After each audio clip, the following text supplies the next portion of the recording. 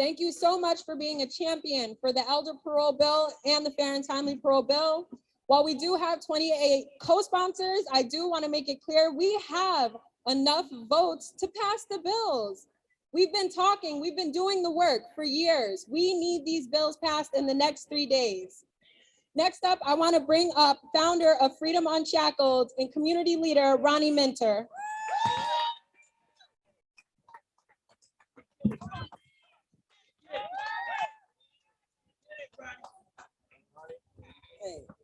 Hey everybody. Hey Serena. I don't even know, like I keep running in my mind like what I'm gonna say, and it keeps changing after I hear everyone speak. It just keeps changing after I hear everyone speaking what I'm gonna say. But one thing I do want to say is I'm 57 years old right now, and I can't even fathom when I went into that diabetic coma in November, having to have to go through that in Albion. I would have died. I would have absolutely died there.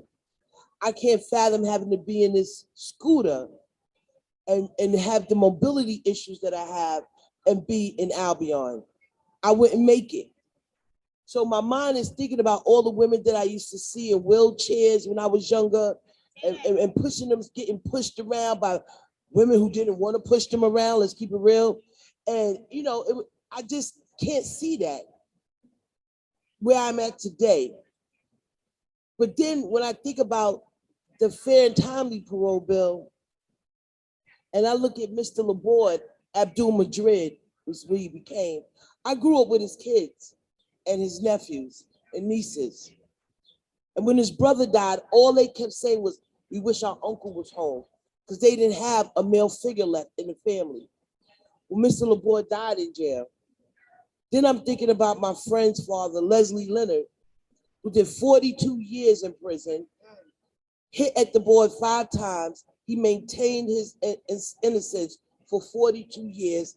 He died soon after being released. Then I think about Val. And I gotta say, I loved her. And I don't talk that much. A lot of people do. I just don't. She shouldn't have died there. She should have came home with a co-defendant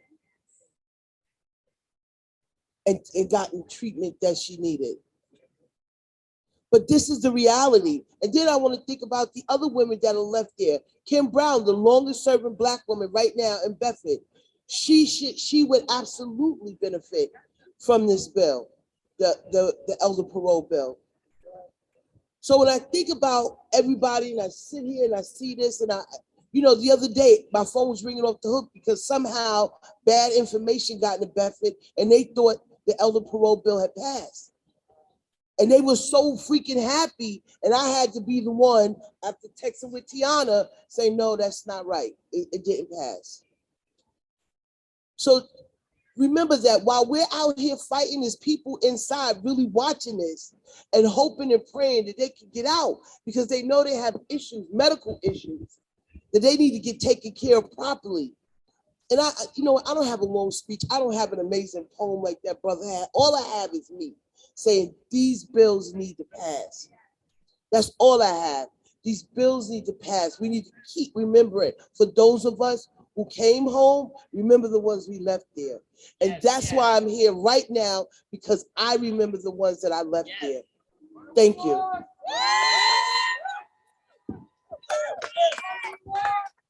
Thank you so much for speaking that truth, Ronnie. We need our community members home. Just to know that I had to text Ronnie back that day and say that they did not pass this bill and crush those women's hope just made me want to cry. It makes my soul cry. And it ain't right. Next.